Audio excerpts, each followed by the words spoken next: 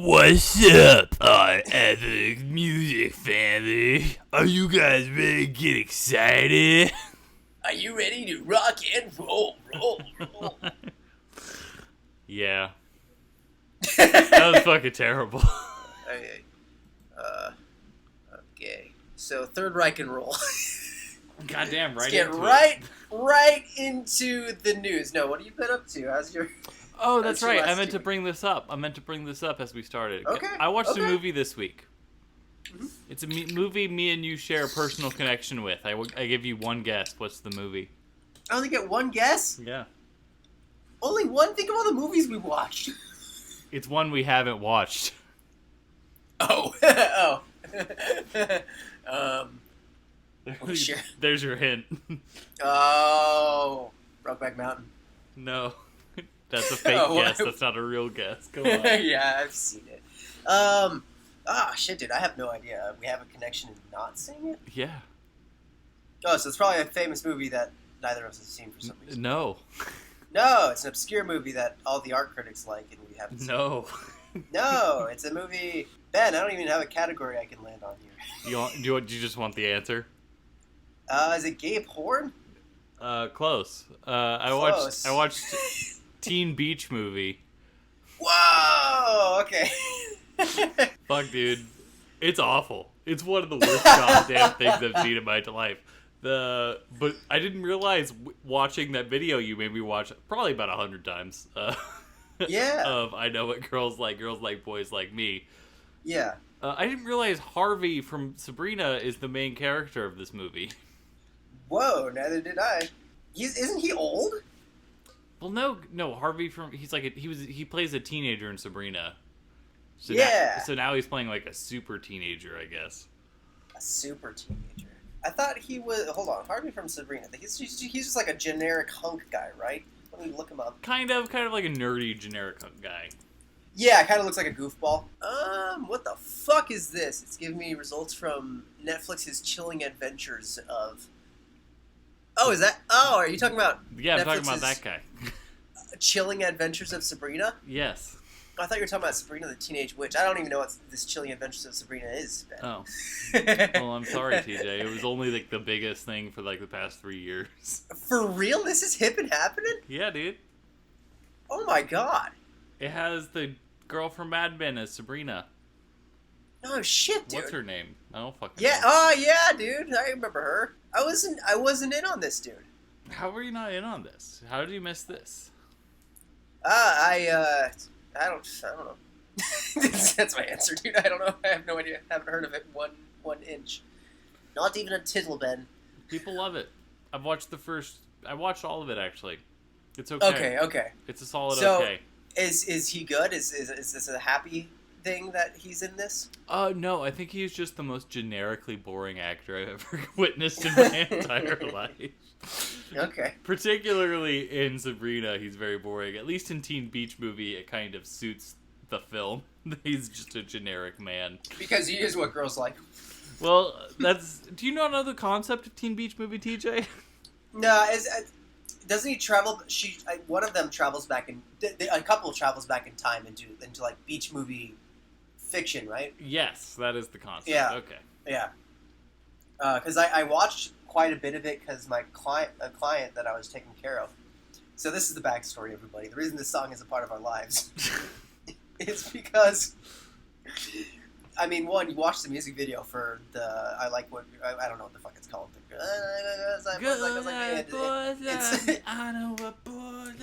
It's super catchy.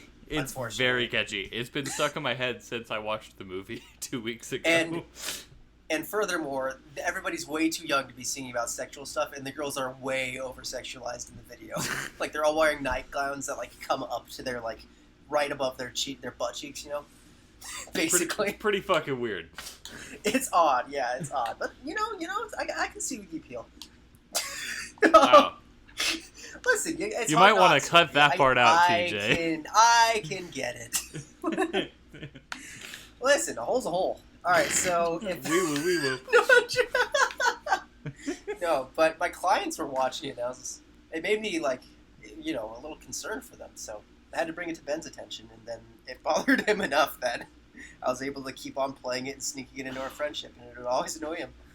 You would just you had it set up on your phone that you could just interrupt whatever I was doing on the TV to play a YouTube video, and you would either play that or I Got Friends in Low Places by Garth Brooks.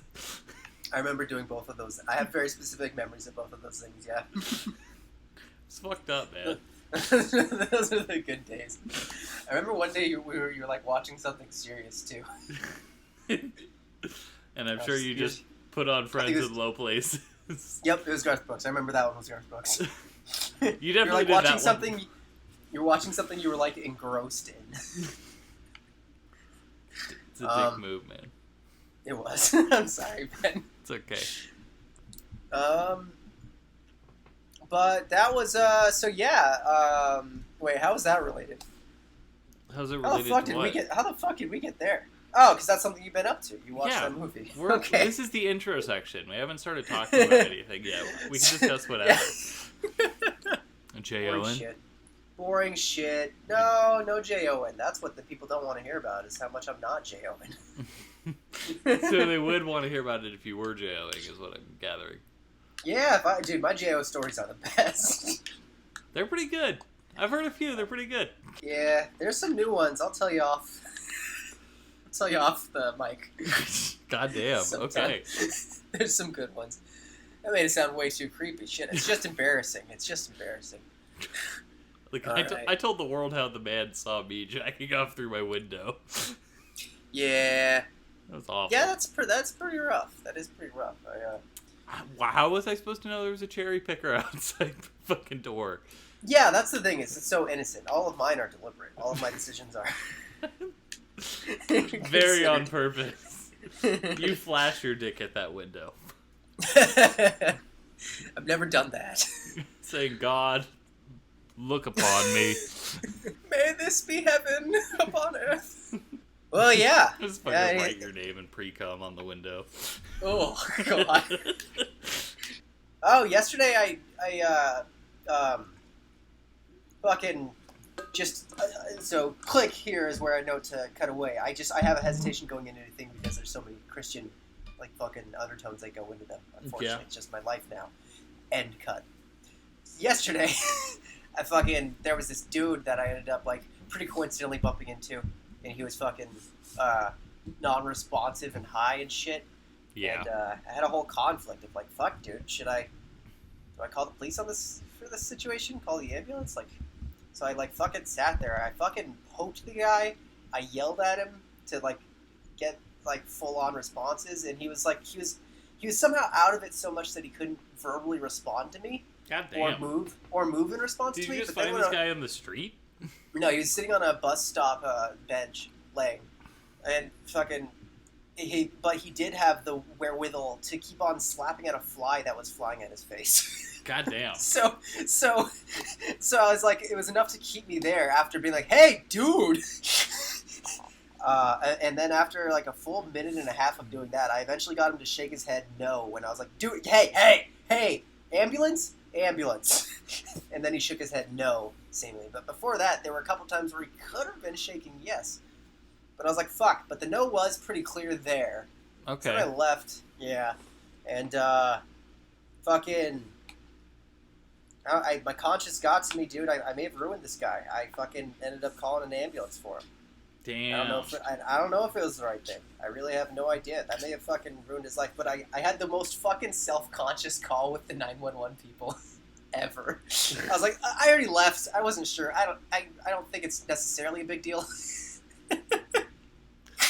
I was like, he might be fine. I was like, is there a way you can take a note that he can like contact me if I have wronged him by doing this? I feel like it's better you call the ambulance and it turns out to be bullshit. Yeah, I think that's the worst case scenario is way less. Yeah, is way better. And it's like he's a homeless dude. How are they going to charge him? Yeah, he doesn't have an address they can check him out at. He probably doesn't have an ID. He's going to get fucking free healthcare that you would never get. That was also part of my thinking. I didn't really actually establish how good of an argument that is in my mind, though. That is a fairly good argument. Yeah. And it was like a passing thought that kind of like cruised underneath all my other thoughts. But yeah, for sure. Like he was definitely homeless. He was definitely homeless. You know, and honestly, the worst case scenario is they give him painkillers and he gets further addicted to drugs. That's the worst case scenario. Yeah, but that won't it's happen. Also possible that he is known though. Maybe they have like fingerprints on him or something somewhere, and he has a past history, and now he's violated some shit, or they found somebody with a. Now he's in jail. Yeah, but what if he deserves to be in jail? What if you actually did the greatest deed? You got a murderer off the streets. Deserves jail, at least not by my judgment. What if he's a rapist? That in that case, it wouldn't be my fault, but it would have been my responsibility for getting like an organization that I have no control over involved. So in that case, I would want to get to know him. And honestly, I was like trying to get the person. The dispatcher was like, "I'll take a note and let them know." And I think she was just bullshitting me. Yeah, I think totally. she was Absolutely. And it upset me because I would like to actually do something corrective if I fucked with the guy. Like I would I'd probably visit the guy in prison, be like, "Hey, how you doing? I'm sorry, I fucked up." Yeah, I'm sorry, dude. Can I listen? I'll give you some money so you can use it at like commissary or whatever, or the things, you know. Maybe every week I'll give you 20. I had this one time where this homeless dude came into my work, and he asked if he could use the phone, and we're like, "Yeah, sure," and he just called 911. And he was just like, "I am a threat to others." Oh my god! Oh, that's horrifying, dude. And I was like, what? Hold on, how close were you to his physical space when he said that? He was on the other side of the counter. Is that what he said first thing? I'm a threat to others. It was something like that, dude. I forget the exact wording, but I was just like, oh, fuck, I shouldn't have given this guy the phone. Dude, that's horrifying. And I think he was just looking for a place to stay, honestly. I think he just wanted to get arrested. Yeah, I could see. Dude, if I thought that I was a threat to somebody, I'd probably do the same thing. Well, no, I don't think he thought he was a threat to somebody. I think he really just wanted to be off the street for the night. Oh, okay, I got you. Yeah, in that case, the police would probably like take him to some sort of like homeless fucking organization, right? Or just arrest him. I don't know if we have any homeless organizations here. Oh, good point. No, you do. There's a couple of coalitions. There's I know the Red whatever does shit. Really? I've been in a couple of their buildings. Yeah. Huh. Yeah. Interesting. Yeah, I had a taxi driver that also worked there, and I happened to be a part of his story of getting fired. How? How did you get a taxi driver fired?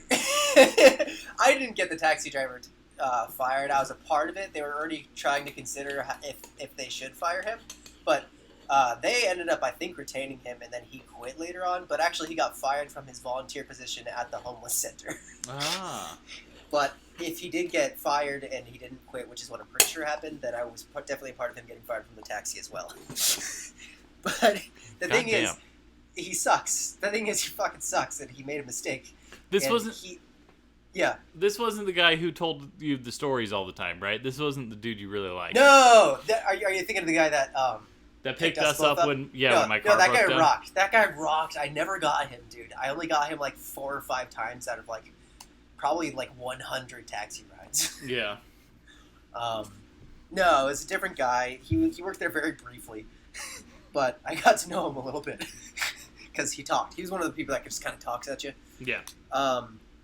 He worked at at the homeless place and like would keep guard during the nighttime and stuff and help clean up around there and stuff. Just to make sure, they need people there to just monitor and make sure nobody's trying to kill anybody or steal their shit, other people's shit at the homeless centers. So he was doing that. And he just kept on like showing up late to that and stuff. And he was talking about like, oh man, I spent so long doing that last night. Now I got to come here and I'm tired here. I'm sorry. Yeah, it sounds like you made some rough commitments to yourself that you can't keep. Sorry, dude. But he would always be like exhausted. And then one day he like called me twice in a row and left voicemails. I probably told you about this. Personally called you? Yeah, he personally called me, and I was living with you at the time, and I like woke up to him because I was working night shifts, and I had voicemails, and he was just like, "Hey, I'm here. I don't know where you are, but I've been here for about 10 minutes." And so he was like he was calling the wrong number to pick somebody up. He went to an address and for some reason called me. What the fuck? Yeah, he like got there. So I called back the dispatch number. to be like, hey, this guy was trying to get a hold of me at this, so I was like, is that resolved? Because for some reason my number got mixed in. Like, I was just trying to like figure out what was going on and right the situation. Later on, that same dispatcher, he's the guy who like is kind of the manager there, and he knows me. So when he was driving, he's like, "Oh yeah, I remember that guy."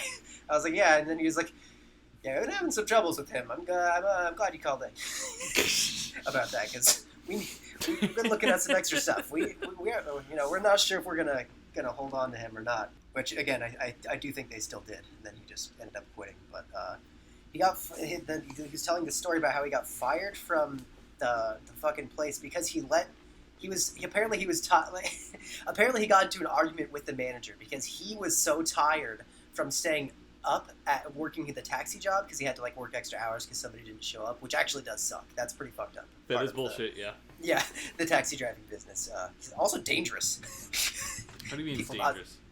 Like you're required to be up that the long one and driving. Yeah, that's yeah. fucked up. And so he was like, I was so tired from that when I got to the place, like everybody, there were like a couple homeless people that like wanted to ride across town to do this one thing, and like sometimes it's okay to do that, and they're allowed to, but he was so tired that he didn't want to, so he let one of the homeless people drive the car, and then what the fuck? Yeah, they didn't crash or anything. They got a speeding ticket or something, and he was asleep. He was asleep when the fucking police were there. So he ended up getting fired from that place. And then he took it out on his boss at the taxi company. That's fucking crazy. So that's crazy person shit, dude. Yeah. No, yeah, that was crazy person shit. I'm not sure how interesting that story was. If it's worth keeping or anything, but that's my story there. Hey, more's better than less. I can also shuffle them in, make it a segment. You want to hear what happened 20 minutes ago? Go. TJ's Gaffers, here we are. Alright, you want to jump into the Third Reich and roll? Yeah. Well, no, let's talk, should we just do an overview kind of at the top of what our totally. Overall impressions were? Because, okay, so first of all, background, with the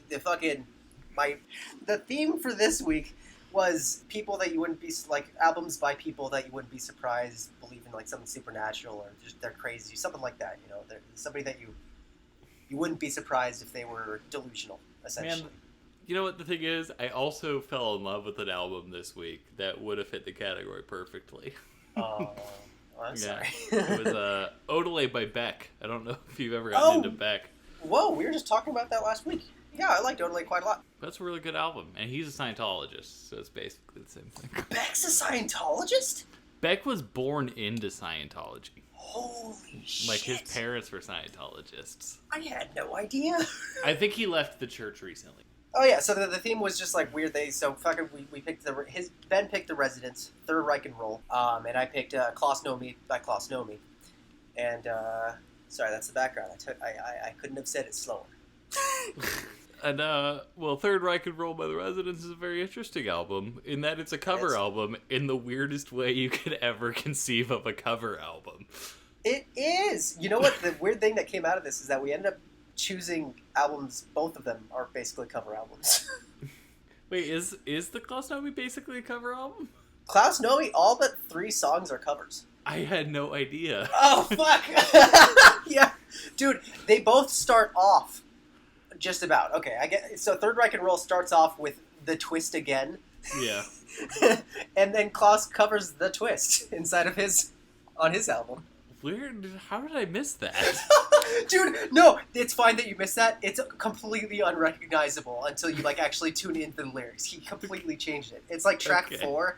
It's the one where it's like, oh, the twist, ah. I didn't, because I didn't notice that at all, but okay, cool. That's one of the notes I have in my thing. It's like, I had no idea that was this song until I read into it. So yeah, that's what the theme ended up being. You know what my favorite part of this album, the Third Reich and Roll, is, though? What? Tell me. It came out in 1976. Imagine if we were covering songs from, let's say, 2011 with the same fucking just weirdness that they're doing here. It's so cool. It's like, those songs are 10 years old or younger that they're covering. That's great. Yeah, I hadn't thought about that. But oddly enough, they had more I mean, I can't say because I wasn't alive during that time, but all of those songs, not all of the songs, but a lot of them were like so anthemic and influential that I could like see if it happened during my time that somebody would make fun of that song or do a deconstruction of it or something or cover it. Well, it's kind of but crazy we don't have a lot of those anymore, though. That's true, and it's kind of crazy that they did really pick songs that lasted, like, to this day. Like, I still recognize probably 75-80% of the songs that were covered on this album. Yeah, same, yeah. You ever listen to Tommy James and the Shondells? No! So they were the guys that did Hanky Panky. Okay. They're great. I also was listening to a lot of Tommy James and the Shondells to the side-by-side with this album this week. Nice. It's really good. I listened to all the original songs that they covered. Okay, that's cool. Just a couple times.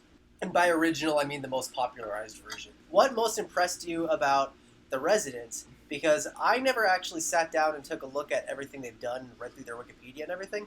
I just listened to Meet the Residents and Not Available. Yeah. And I really liked them. Especially Meet the Residents. I played that on loop quite a bit. What I really love about The Residents is they're just being weird for weird's sake. And that seems to be their whole goal. Like, Not Available was originally never supposed to be released. What was it called? The Art of the Unseen? Like, they were specifically creating art just for themselves to not release into the world. And that's what Not Available Oh, you're talking about are you talking about their philosophy? Like the term? Yes. They called it the art of, I don't know if theory of obscurity. Obscurity. There we go. Yeah. Which I don't think is just in that they were doing it only. Well, no. The point is that they were supposed to. Yeah, because as soon as they were making products for somebody else, they would lose the art. Yeah. Yeah. But which I can see. I can understand that. The fact that they recorded Not Available with the label's money was the only reason it got released. is because the Residents wanted to just record the album and the label wanted to put an album out. Yeah. But it was their second recorded album, fourth released. So they hung on to it for a couple years before that happened. That is so great. And somehow I managed to not come across that bit of trivia on their core Wikipedia page. So it's just a band that has like a whole entire fucking legacy of details. That, and it's kind of they're a cult. Being a fan of the Residents. Like I now want to say I'm a fan of the Residents, but I'm not because I'd feel like such an asshole if somebody was like in their world and like had heard all their albums and was following all the chronologies that they've created and stuff. Oh yeah, because they have an entire universe that is just expansive and deep. And it's just fucking. There's Residents. It's kind of like the Grateful Dead. Like they're the weirder Grateful Dead. Yeah. It's like there's a Residents fan born every day who just follows everything they've ever done. Yeah, and there's like some bands that like have mythologies to them that people like would probably think of. And I'll tell you, dude, Coheed and Cambria, they don't have anything slightly compared to what the Residents have created. Their body of work like includes movies, multimedia projects. Oh yeah. Fucking exhibits that nobody can now even fucking go back to. Like they literally are. They're really genuinely artists. Like I feel as if there's probably been. I don't know if there's any like good reputable books written about them, but I imagine that like reading on their history would be a thing that would make my life better at some point. Totally. It's. I didn't realize that they had nearly as much depth that they had. In fact, I had no idea how big their discography even was. I thought they had like maybe 18 albums. No, huge. Yeah. It's crazy because they were fucking still active. They're still active today. Yeah. Like, they're still putting out music. And back detail. They're not officially anybody, particularly. Yeah, they're anonymous. They got those little eyeballs on their heads for a reason. But a couple of members have been identified as like core people. The Wikipedia page gives one section where it's like, I can't remember the term, but like suspicion about what their identities are, and that's like the topic, and then the subtopic. It's just like everybody that's worked with them being like, no, it's just these guys.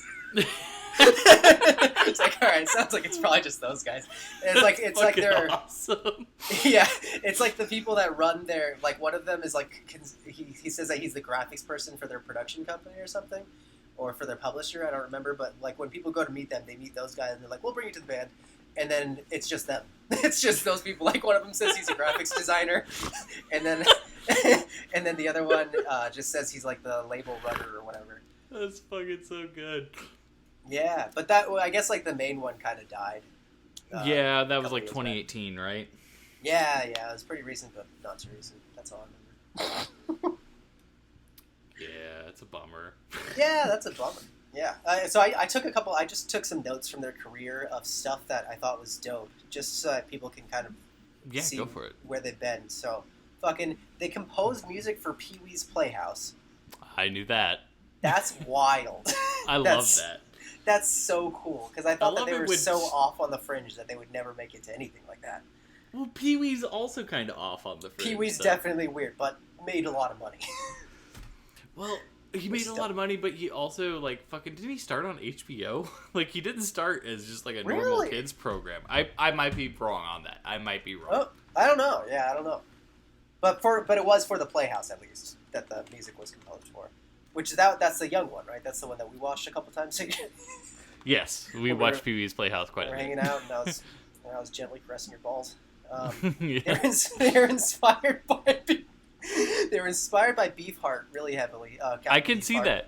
that. I more get a Frank Zappa fucking vibe though from a lot of their stuff. Yeah, me too. I would agree. Beefheart may have been, actually, some people suspect, a mysterious figure that was considered to have been in their band at some point, that was specifically picked up in the desert or something. But there's one figure that, like, they brought into their mythology that people thought was Captain Beefheart, which I doubt is true, personally. But wouldn't that be cool? Wouldn't that be cool? They like Beefheart so much that they actually submitted their first albums, or like I guess preview tracks. What do you call it when you mixtapes? Demos better. When they sent their demos to his the person that produced him. Frank Zappa, you mean? Maybe. No, it was a label, because it would have said Frank Zappa. But well, no, Beefheart was on Zappa's label though. Was he the whole time? He was for Trout Mask. Oh no, they sent it to his manager. Okay, that's what I'm looking. Penn Jillette. He was the narrator for a fuckload of their shows. That's funny. I like that. Yeah, wild.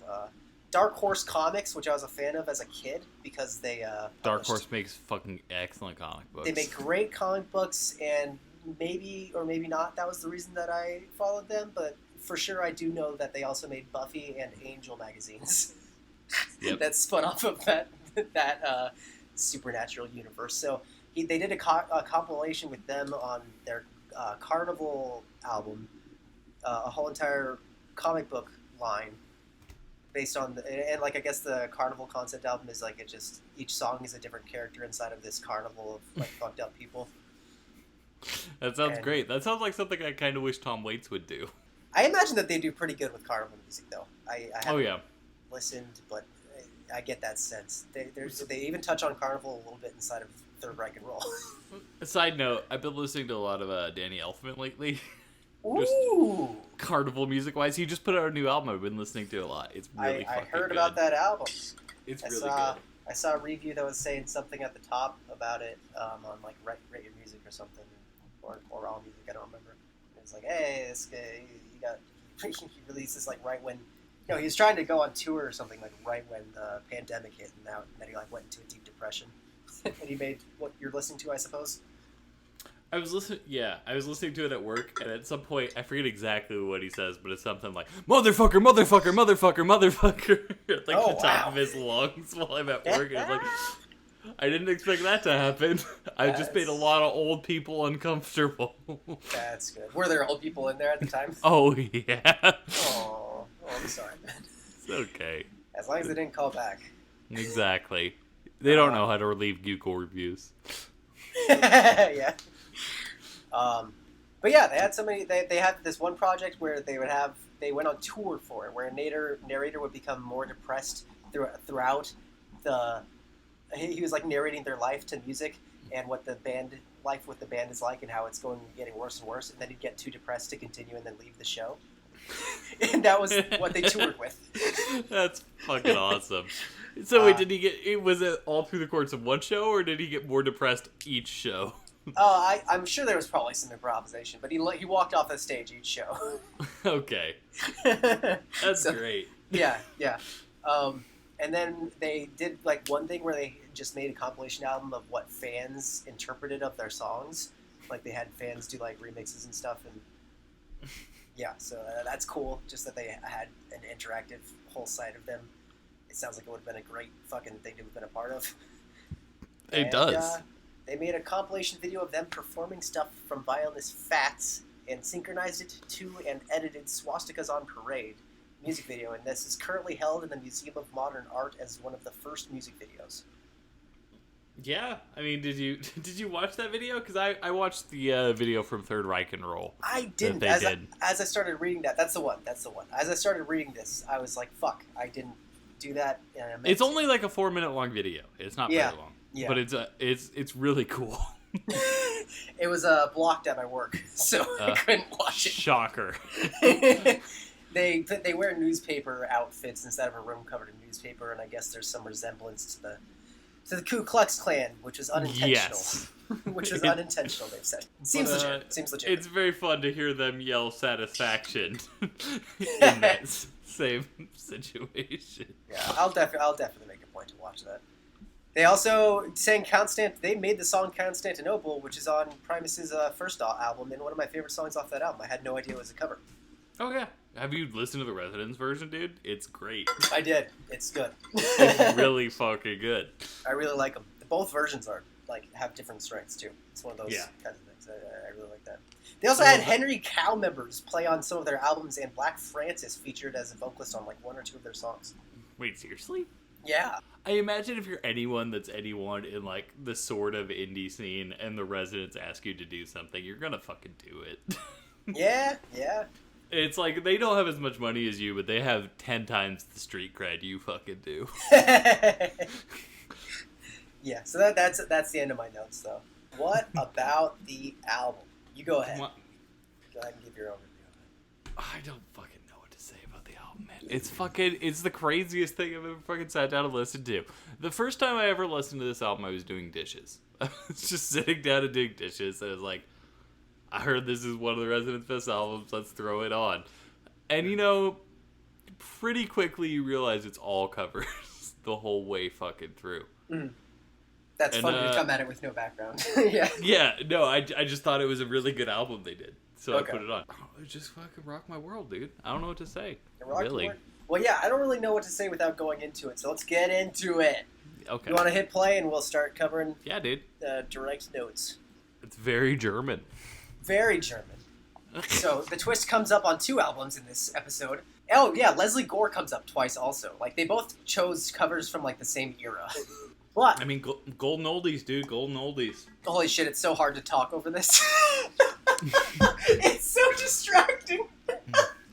It's just chaos, but... It's good.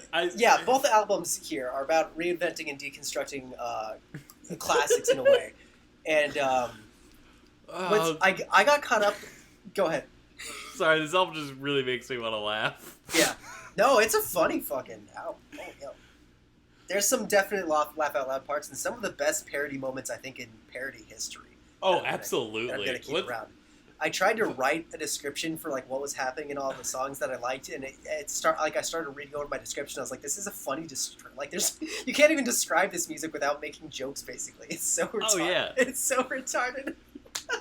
It's so beautifully dumb." No, it's something I wish I could have created. It's such a simple idea, but they executed it fucking perfectly. Yeah. Now, so I got caught up in trying to figure out if there's a concise message in here, and so the first line of thought that I ended up having was with how I do with lyrics. The first couple songs are released I in was expecting you not to be able to fucking analyze lyrics on this one. Well, listen, Ben, the first couple songs that are on there are released in sequential years, and all of them were remade and became dance hits, which is true for most of the songs on the album. And then Horse with No Name comes on from the 70s, which is weird. Only song from the 70s, not from the 60s. Wait, where is Horse with No Name on here? They don't sing the lyrics, but the part where they go na na na na na na. Oh my god, that is Horse with No Name. But they do another song over it. They fucking... Oh, what's the song they sing over that? They bring a second song over it after a little bit, but they leave it there for a second or so that it's at least noted. Yeah. But that comes in at the end of those, and then we get a string of songs after that about desperately needing a girl so it causes pain. And then they're all sequentially starting those ones from 1966, except for the last one, which goes back to 66. And then all of them were remade on it. So, and it keeps on going like that, where it seems like there's a pattern, and then it dissolves completely, and so it didn't actually lead anywhere. I don't think they... I don't know if... I don't think there's an intentional pattern on here, man. I just wanted to let everybody... I do think there actually is an intentional kind of rough pattern, but not much. I do think they chose topics of the covers, at least on the first track. Yeah, well, because Swastika on Parade and Hitler Was a Vegetarian recorded a year apart, if I remember correctly. Yeah. It was a while, at least. Yeah. And you can tell also, like, the second one has more... The songs are actually more structured. They are. But, they don't have the same weirdness, I will say, that the first one had going for it. Yeah. Which one do you have the preference for? I actually like number 2 better. I like number 2. You like Hitler Was a Vegetarian better? I like Hitler Was a Vegetarian more. Dude, I don't know. Which, by the way, great. Great title, yeah.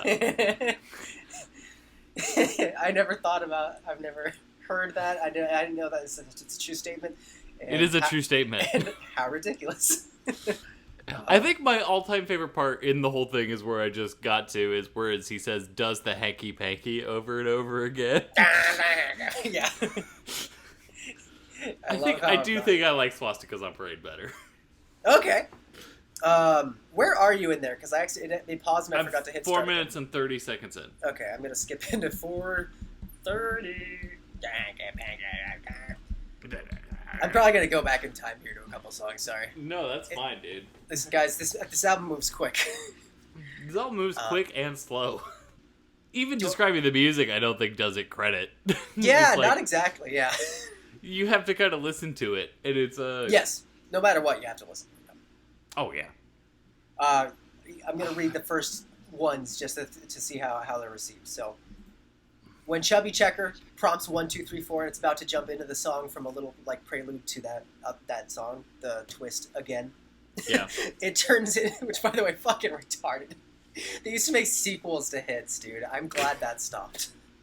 I am too. It turns into what I would call a robot duck from the 70s hawking loogies as part of some strange manufacturing process, and then tribal drums kick in, which leads to a refrain of Land of 1000 Dances being sung very dumbly. That's the best way I can describe. That's how you can describe it? That's the best way I can describe. There's no airplanes or shit in that part? No, not in that first part, right? Okay. I don't think so. I think you're right. But yeah, fucking, that's what a lot of the notes come out like. They sing in cartoon voices. I love the way he says, does the hanky-panky. Sorry, I just rewinded to it. And just hearing him say it again brings me a lot of joy. Double shot of my baby's love, which comes in with a droning, whining, awkward mess of horns. And like one cigarette whole voice box voice. Oh, dude, chanting in the middle of it. And I love that it moves from headphone to headphone. Yeah. It's going from side to side. It floats around like some sort of supernatural spirit. No, it's awesome.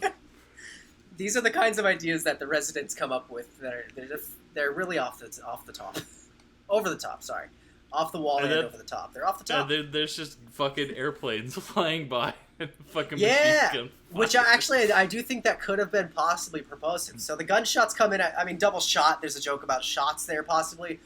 But all the songs before this were just dance move songs, and now I think there might be a progression in the songs that they choose, and that the progression here is that now instead of being just saying like dance move names and shit. Now they're almost explicitly talking about sex, but they're doing it through innuendo. And what do you mean? now they're desperate for love also inside these next couple songs. The Hanky Panky is already clearly a sex song. It is, but it's also a dance. Yeah.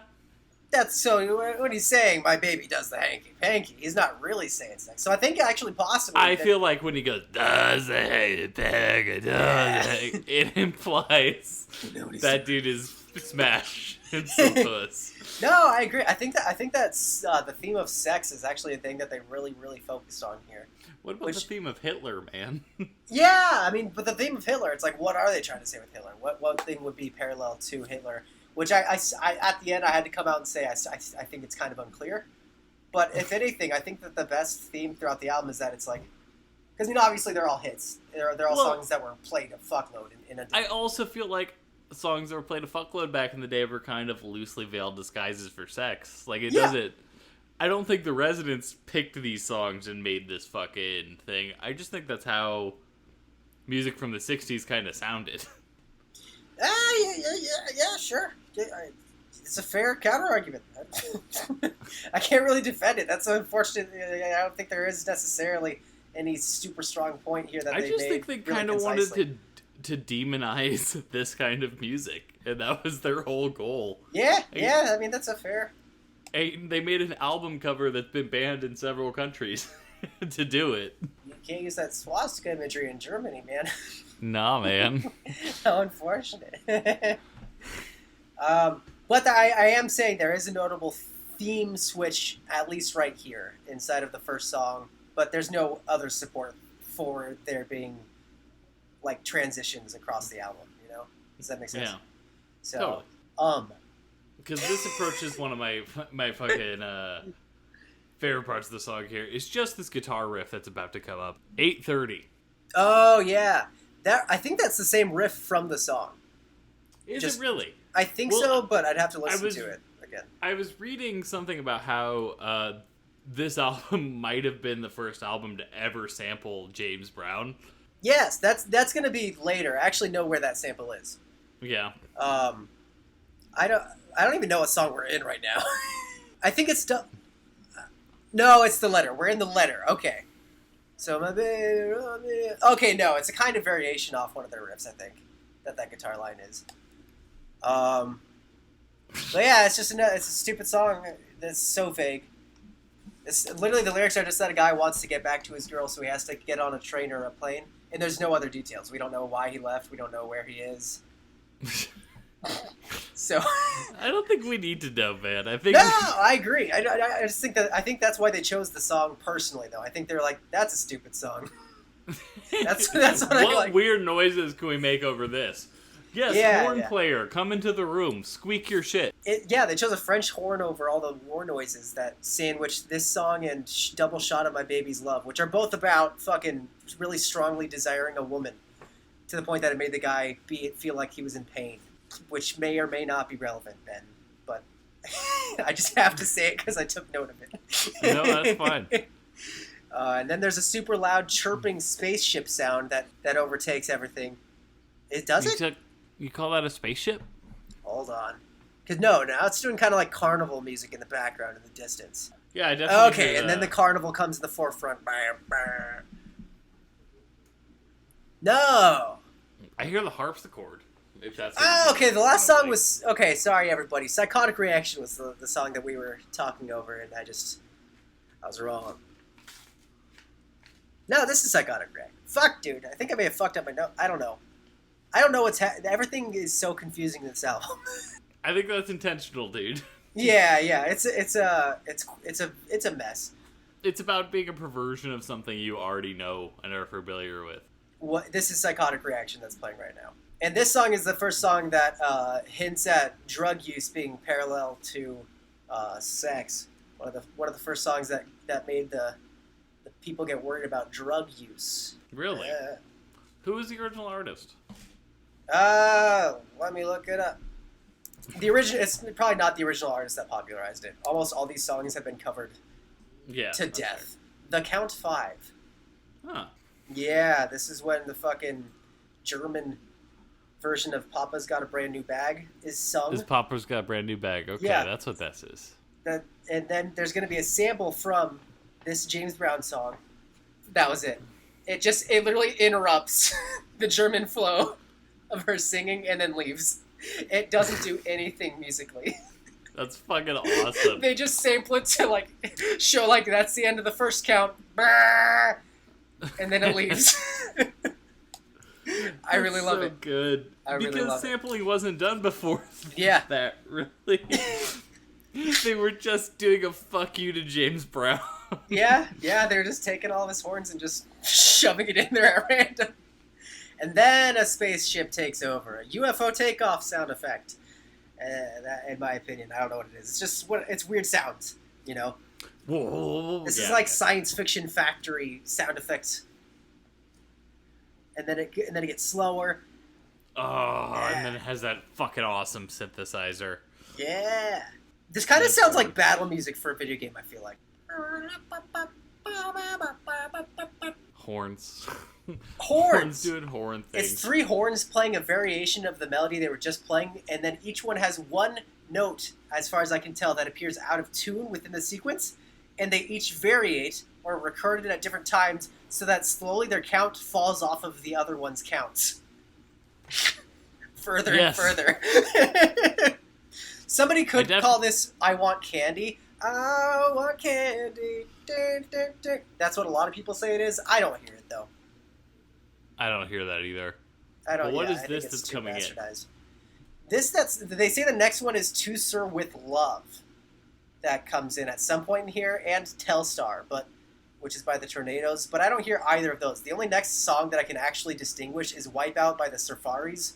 Oh, the Wipeout one is so good, though. Yeah, and it's actually possible that Lulu and the Tornadoes are played at the same time as Wipeout is playing, and because of that, I can't personally distinguish them out. Yeah, because those 2 songs I'm not too familiar with, and I tried listening to them actually side by side, and I still couldn't. So I don't know. I don't know what people are talking about, but it might be there, may not be. If anybody, leave a comment below. But yeah, right when the that's the Wipeout. No, it's as soon as the drums come in, man. It's oh yeah, yep. Like maybe the melody is being played like close to Sir With Love by Lulu on that like weird little high pitched synthesizer in the background, you know? Yeah. But maybe there's 2 separate lines there, and so they sound like one, but it's actually 2 separate lines of Telstar and To Sir With Love or something. I don't know, but everybody says those songs are in here and that they're over here. So, either way, it's a rollicking bout of goofs. Listen to these goofs here. This discordant wailing of sounds. Well, so what is this track that's following after Wipeout then? After Wipeout, it's going to be Heroes and Villains by the Beach Boys to close it out. This is Heroes and Villains. Apparently. Which is notably one of the songs by the Beach Boys. It marked the last single that they had, breaking the top 20 in the charts. It's considered when they started going down. Hey, Heroes and Villains is a great song. I don't appreciate that. Sure. Listen, that's just what it's noted for.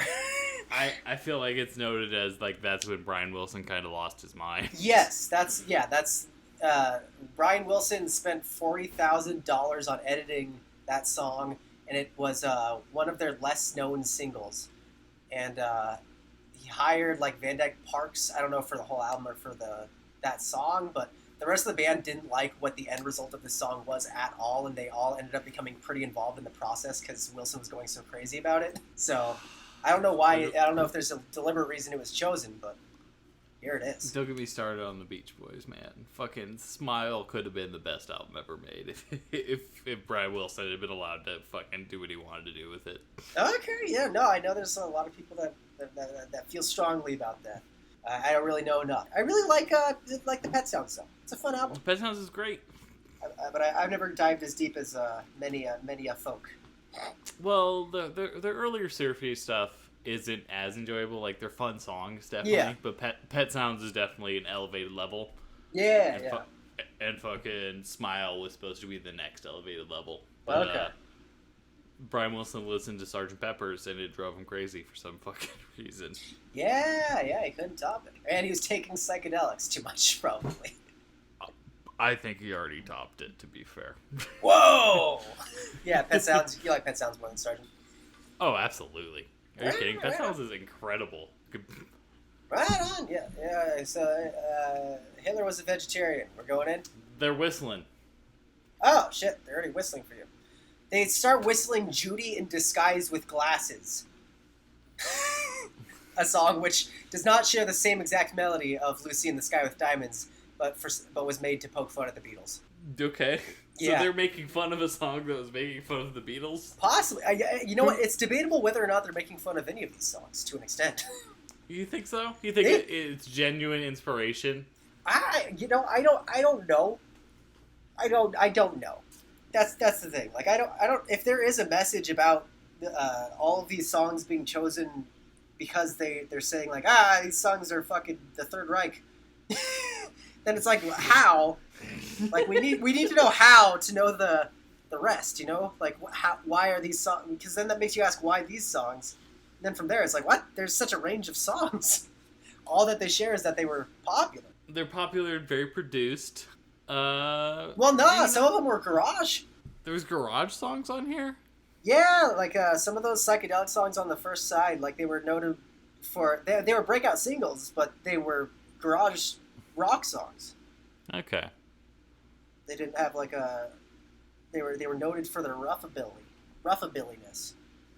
Because I mean, you would say that as like to say like, yeah, they're saying like, hey, these songs are too structured and they didn't like shake up anything, right?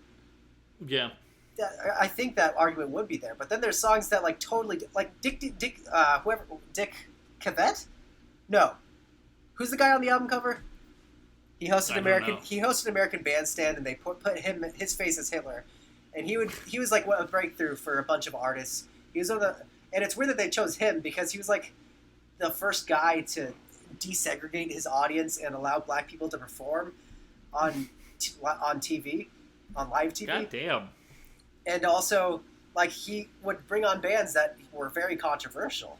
So it's weird that they would choose him as a target to be a referent to Hitler, which makes me think that possibly even the concept of the joke, that they're, like, making fun of all these things, is also something that they're obscuring and further making a joke. And I don't know what to think. Like, they play The Doors specifically inside of this second song. They cover it. Okay. The Doors went onto that show and made history by explicitly saying a sex lyric against the wishes of everybody and then getting banned from the show. Okay. I'm sorry. We missed what I think is my favorite part of the second song. Yeah, that's fine. Which is the It's My Party part. Oh, yeah. Go ahead. Yeah. Fucking... It's so Frank Zappa-esque how they have just the dude talking. Yeah. Well, it might be your party, but... Yeah. That transitions into the Light My Fire, because he's responding to her like, it's okay if you cry. It's your party. I cried 96 tears. That's the last song, was 96 tears. And then he says, girl, I would be lying to you if I were to say to you, girl, we could get much higher, which is the first lyric of their tremendous cover of Light My Fire that sounds nothing like Light My Fire. I didn't realize it was Light My Fire. Yeah. You brought that up. Yeah, we just listened to it. That was Light My Fire right there. Oh, well, man, Light My Fire. Do you want to go back to it real quick? Yeah, where does it start at? 238's good, because that's when you can hear him fading out. He just said lyrics to The Doors to her, the girl that was crying. Yep. And then it goes into this, which, again, sounds like, for some reason, this brings video game fight music to my mind. And then it does an actually really cool music thing. And then it just ends. And then they do a version of Light My Fire with a weird clunking, galloping horse sound effect. And for like a weird distant megaphone sound. I can't hear how this is Light My Fire, man. Oh, yeah, it is. You can hear the lyrics. I can hear it when he goes, come on, baby. Yeah.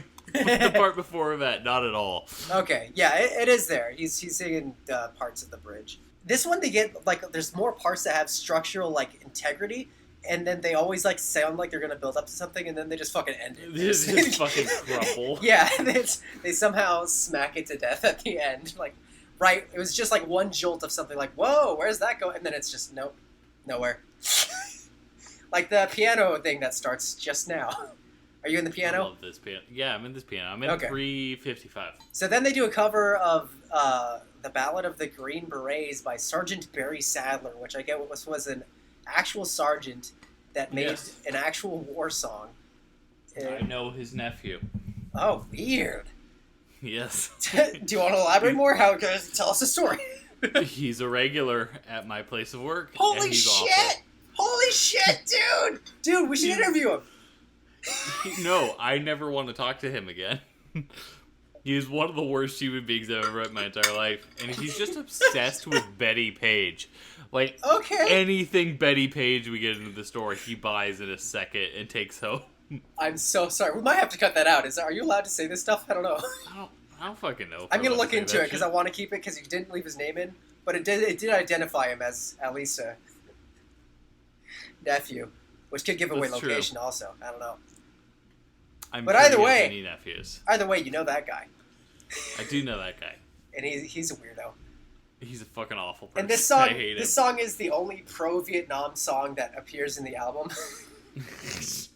It painted the Vietnam effort as heroic. Yep, that sounds like Sergeant Barry Sadler. And then Yummy, Yummy, Yummy, I got love in my tummy. This is good. I really like this cover. I really do too. I think it's the best cover on here. The best cover, period? No, best cover in this album. Yeah, no, that's what I'm saying. Oh, yeah, this is my favorite one, yeah. I mean, it's pretty funny. I wouldn't go best. Fair enough. I like that the way that he sings it is, like, one, it's got a weird out-of-tune chord played, like, Fats Domino style, where they just kind of keep repeating the same notes. And then another piano line higher up that is the same detuned piano that tries to follow along with the vocals, but the vocals make totally inaccurate renditions of the vocal line at random. Like, I think he just totally improvised, and then they probably recorded the piano afterwards trying to follow it. I don't know. I like to imagine this was all them fucking just jamming out songs at once. I think it clearly is not the case, though, Ben. I'm sorry. I think they recycled and did weird shit constantly with tracks. I feel like their theory of obscurity was to the point that they waited until they no longer knew what they were even recording. They got to a point where they changed the song. They were like, wait, what was our original idea? And they were like, I don't know. And they're like, okay, it's ready. It's beautiful. Because his voice just goes off all over the place throughout that one. I like the way he sings it. It's a fun way of singing that I feel like I can relate to. I sing that way a lot when I'm walking around the house too. You just try to peek out your voice. And then it goes into like what sounds like a samurai fucking war guitar part, and then it just crashed completely random smashed notes over it in the general direction of like where the Yummy melodic line goes, and it somehow works. Have you watched the most recent Flight of the Conchord special they did? No. It's very funny, but there's a song where Brett's a seagull. Okay. And Jermaine keeps interpreting it as metaphor. Yeah. But Brett is legitimately a seagull. And he's like, I wish I had fingers to play this piano with. And then he just kind of starts mashing on the piano. That's what this kind of sounds like. They follow at least the general range of like, the notes are going up here, so we'll hit the notes going up. You know, it repeats the same note twice, so let's hit the same piano smash 2 times. Like, they do it just concise enough that you can relate it back to what you're hearing in the yummy, yummy, yummy.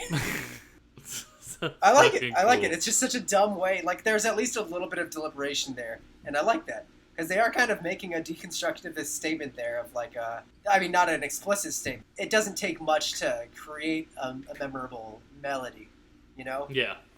No, totally. Even while they're smashing all of these same notes, they're going in the same direction.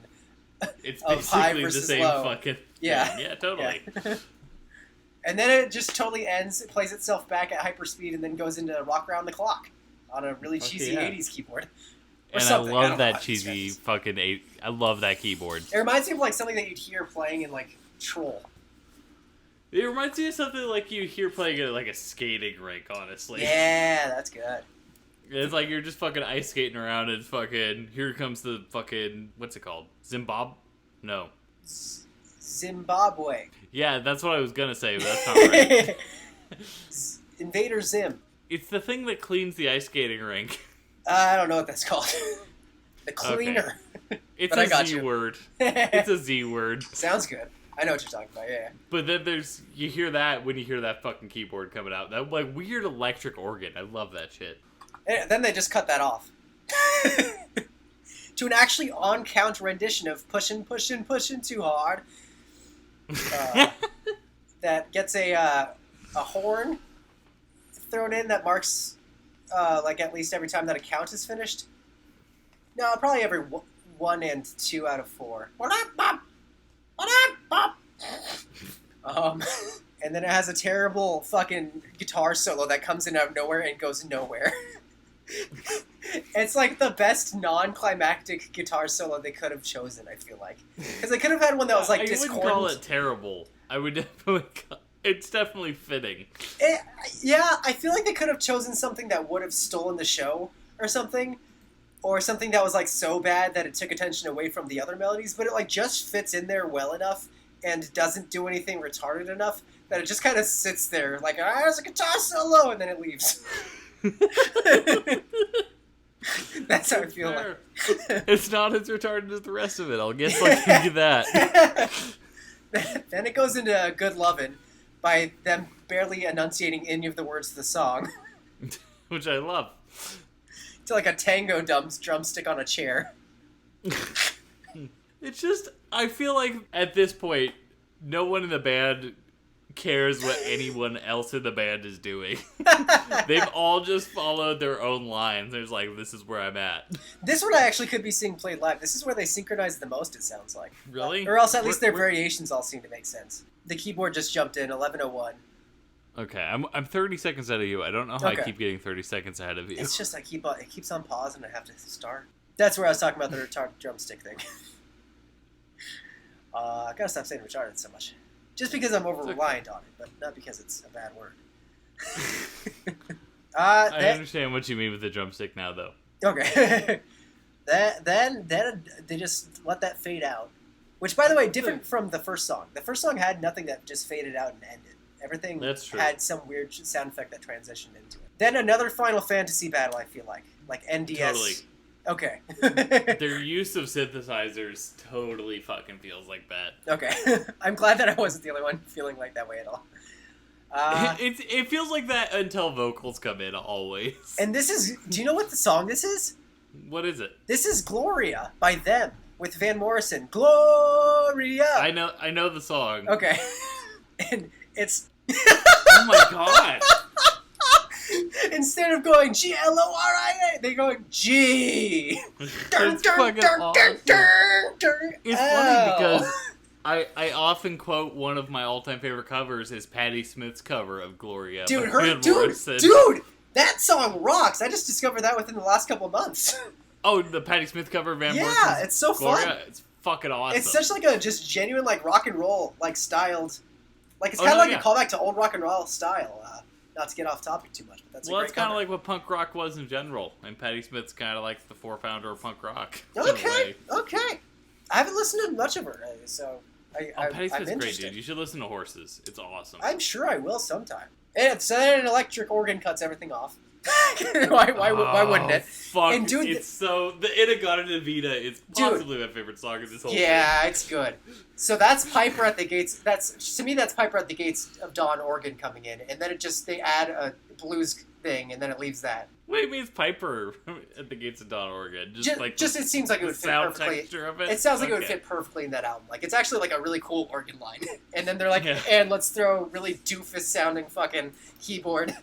Playing blues lines over it. I mean, they're playing Inagata Vita, man. Not really. It's one of the most straight covers on this album. It is, but they're also playing "Sunshine of Your Love." Did you notice that? What instrument is playing "Sunshine of Your Love"? What? So the whole entire line is that's the joke. is that In-A-Gadda-Da-Vida and Sunshine of Your Love almost have the exact same chords. Yeah. And if you play them next to each other, I never noticed it. They're almost the exact same chords. No, just hear you say that. Yeah. It fucking pops up and it's like, yeah, that checks out. And so they actually do a couple of the lyrics from Sunshine of Your Love here too. I didn't notice that at all. I just heard In-A-Gadda-Da-Vida. That's great, because I didn't recognize when I listened to this the first time, I didn't recognize In-A-Gadda-Da-Vida, and then I started to be like, really? wait, is that it? And then I was like, wait, are they singing In-A-Gadda-Da-Vida? And then I heard the Sunshine of Your Love lyrics, and I was like, oh, it's Sunshine of Your Love. That's fucking awesome. I feel like this might be one of the best points of the album, is that they did that right there. That's very clever. I appreciate that. It is, yeah. And then then they do this whole keyboard thing that makes me very glad that nobody made a Sunshine of Your Love or In-A-Gadda-Da-Vida cover on 80s synthesizer, because there's a good basis for doing that. And they just slow it down. This is fun, man. And it starts dissolving and getting slower and slower. And then very slowly on top of that dissolving, a new like sort of bass line on a keyboard comes in. And this actually gave me chills of while laughing. Yeah. When I listened to it for the first time. This is I feel like they chose a great climax for the album. They really did. Yeah. And what's weird is that here they're ending on okay, they're bringing back in fucking Hey Jude. They're bringing in the la la la la la la la part on low bass, and they're fucking it up with off key fucking chorus of hums and keyboards. No, I think they're off key with each other even. Yeah. They totally are. God, just when the guitar comes in, it kills me. Yeah, the guitars. It brings in like a genuinely well-produced guitar line. It's clunks. But at the same time, it's a very sloppy guitar. It is. It's sloppy. The first time that he I think right after that first time that he lands on the tonic, he just mutes the strings. He doesn't even let it echo. He cuts off the reverb and everything. So it's just it's so fucking stupid. Yeah, but it's actually pretty good. They obviously knew they have the skill to play this solo because they're able to resemble it so closely. I don't think there was a guitarist in the Residents. I actually think this is an outside person they brought in to do this. Oh, weird. Okay, that would make sense. I can see that.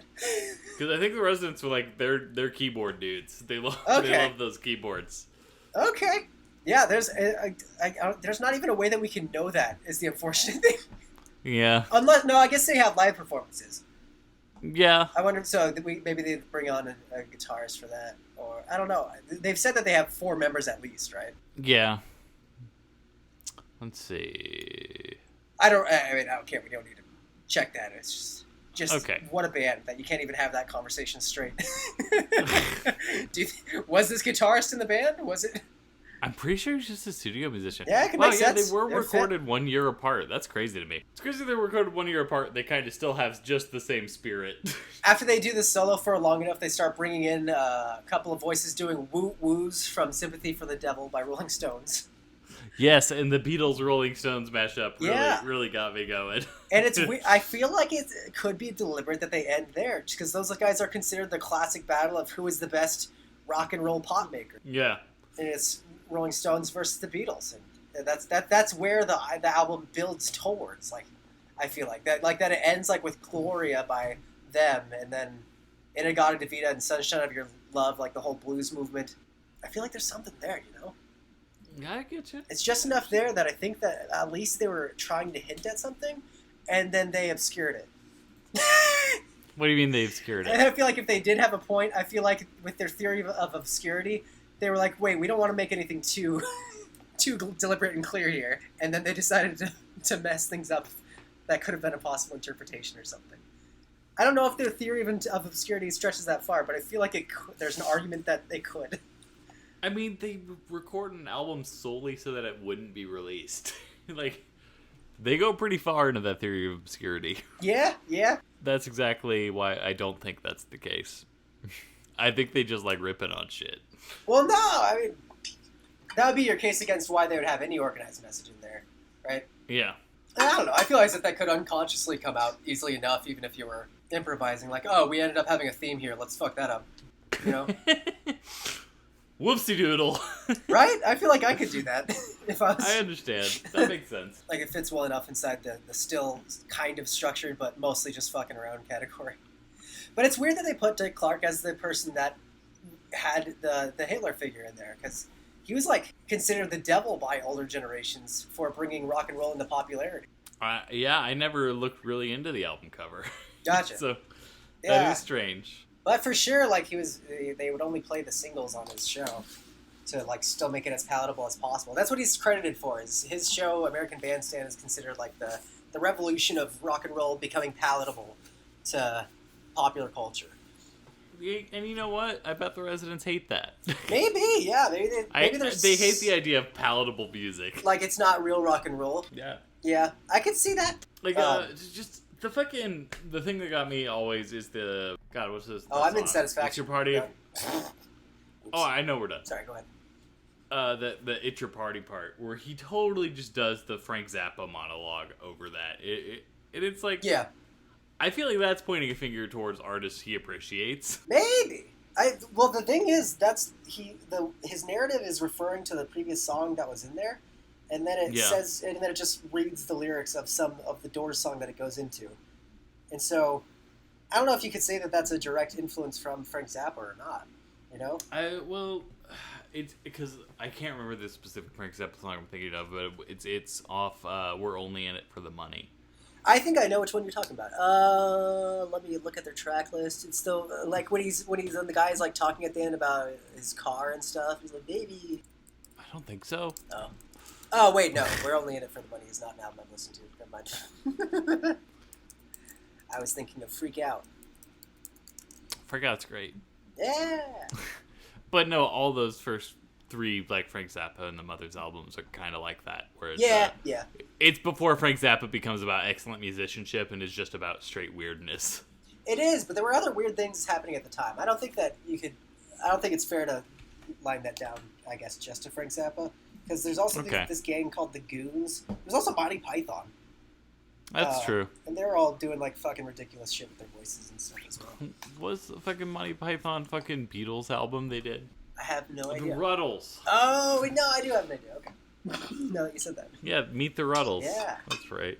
I never listened to it already. It's funny. Well, anyway, so overall takeaways. What's your sum of the album, or do you want me to go first? My sum of the album is they don't have fucking We're Only in It for the Money on Spotify anymore, and I'm pissed. Motherfucker. That's my favorite Frank Zappa album. Oh, I thought I saw it. Does it look like the Beatles album cover? Yeah. It might be under the Mothers. Yeah, it's by the Mothers of Invention on there, Spotify. Okay. So for me, overall takeaways, if there's a consistent message here in the parody, the only consistent support for it is on the homogeneity?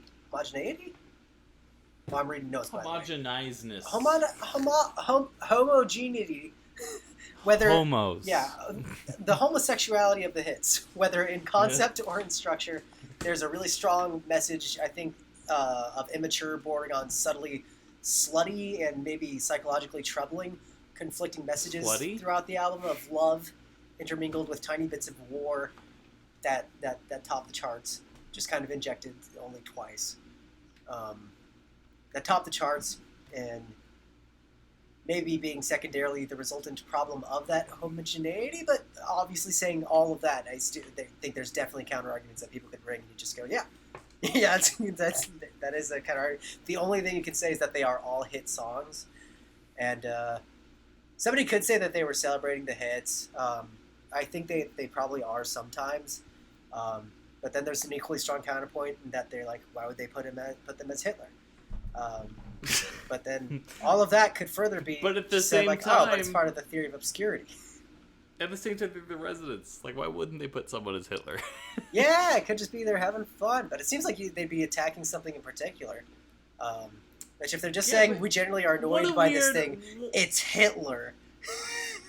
But it's like, what a weird thing.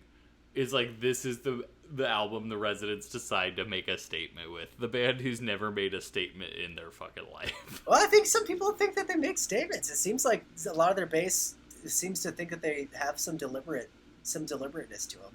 Some. Okay. I think there's probably... it doesn't seem like there's an agreement there, but I think that there's some. because I always read them as just guys trying to have fun, and that's how I always kind of got Third Reich and roll. Yeah, I get that. I get that a lot. They were the edge lords of their time. But people think that, like, there's some people that think that as far as their deconstruction goes, that they are genuine, like, structured attacks towards things, so that they're making, like, kind of like avant-garde points, which avant-garde is, I don't know. I think, like, avant-garde humor is often involved a lot in the critical points of the avant-garde, like when they're specifically parodying or deconstructing ideas. It's like a natural thing that comes from deconstructing ideas, I feel like, is that things become retarded and weird and goofy. So it's always a part of the avant-garde anyways. But whether or not you think that the thing that you're listening to has the deliberateness in, like, that humor, like having the punches that they do or whatever, is like, then do you go from there like, oh, so they're just like fucking around, or do you go like, see, that's funny because it's an attack on this and this, and so like then you like just like attribute more authority writing, which I think it's probably I think it's probably a mix of both, personally. Yeah. But I do think that they err more on the side of just fucking around, it seems like to me, because I tried to give them a more structured reading, and it didn't work out. Yeah, well, and it's just kind of like, imagine, like, fucking, I don't even really know how to phrase it, but parodying a Michael Bay movie isn't going to end up as high art, regardless of how hard you try. Yeah! It's a parody of something stupid. How are you going to make it smart? But that's the thing, is that it progresses from, like, the really dumb hits, which everybody would agree with, and be like, yeah, those are, but then it's like also the Doors are thrown in there, and then the Beatles, and it's like, oh shit, those bands are actually big. They did shit, you know? Yeah, they're regarded, but I also feel like the Residents wouldn't regard them, because the Residents are like, fucking, they made Meet the Residents in the 60s. Like, fuck it, that's something none of those guys could touch, just weirdness-wise. I agree. I think that... inventiveness-wise. I agree that they would appear to be like the same kind of pop to them, and maybe that's all that they're saying is like, this isn't real rock and roll to us across the album, but if so, I think it's just kind of a dumb... it's kind of a dumb... I feel like that's just like a really base message. I want there to be more that they're saying inside the album. And I think for me to respect it, I want them to be saying more. Look, they might like the songs. They might not like the songs. Yeah. But regardless, they're not the kind of songs they play, so they have to make them sound like Resident songs. Yeah, no, that's fair. It's just the fact that there's like a progression to that point is odd. You know, it seems as if it's saying something deliberately generational, going from like the classic dance hits right at the beginning and then going up to the other stuff, you know? Yeah. I don't know if they have a message or not. I don't think there is a way to know, unfortunately. I definitely don't think there is. The guy's dead. Well, just the one. The other ones might still know. We can interfere. That's true. If you're listening, and we know you are... Please, we'd like to know. How serious was this? But it was a very uniquely approached way to say what, without concise arguments, is a very, very basic point, at least, that argumentum ad Hitler, you billboard. Gross. Yeah. Billboard. Well, hey, I agree. Basically, just those two ideas lead to genuinely hilarious, I thought, bastardizations across the album. But then instead of being able to isolate them, they're all packed into these giant tracks that don't even necessarily progress into each other as one musical idea, as far as I can tell. So I think that they really messed up in that regard, because there are moments I would love to isolate, but I can't say wholeheartly that I enjoy every single bastardization in there enough to justify 15 minutes, you know? But what if that's commentary on radio itself? Maybe that's the commentary, in which case, hey, thank God we have the radio. the ability to change songs. Well, you don't have the ability to change songs at the radio. You gotta listen to that station, buddy. No, okay, I know what you mean. Well, no, people usually switch between the station, though. Yeah, but it's still just like you have no choice in what's coming next. And I think that might be what the Residents are getting at there. Oh, shit, so you're thinking they are having a message. Ben, on the reversal. Look, dude, I don't know what I think. I just like to play devil's advocate. Well, no, if that's the message, if that were one of the points they were going at in there, I think it's a weird point to make, I guess. That's really the only place where I would... Because it just seems like a self-sabotaging way to do it, you know? It's really, it's just when it comes, oh, I don't know, because during that time, the 70s, I guess they had tapes, right? They had cassettes, they had LPs. Yeah. So they could still fast forward, you know, no, because then you'd have no marker for, I guess they just didn't have the format to really know that it would be such a obstruction to someone who's like me, just wants to find any bits of a thing that they like. Because that's the thing, it's just like, there's nothing in here that I'm really going to be like, oh, I like this. Literally impossible. You know, if they're making fun of the music industry, why not make fun of the radio as a whole by having these long tracks that you can't distinguish the difference between? No, why would they even be distinguished as one track? Is that just a matter of... Because there were two different sides of a record. Yeah, but why would other albums be divided to, like, here's where one song is, here's where... Because we could do that with this. We can split up by timestamp where things transition. They could have said that's a different part of the song. So, like, the fact that it is now still regarded as just these two songs, I'm still going to defend now, because I'm making this argument as I'm saying it. That's very annoying, because they could have separated it out instead of making you have to listen to the whole entire thing. Whatever. Fair. Sorry, that's my criticism and why I bring it down. No, I get you. But I also like it. It's got some of the fucking funniest shit. He's got real funny shit. So what do you give it, baby?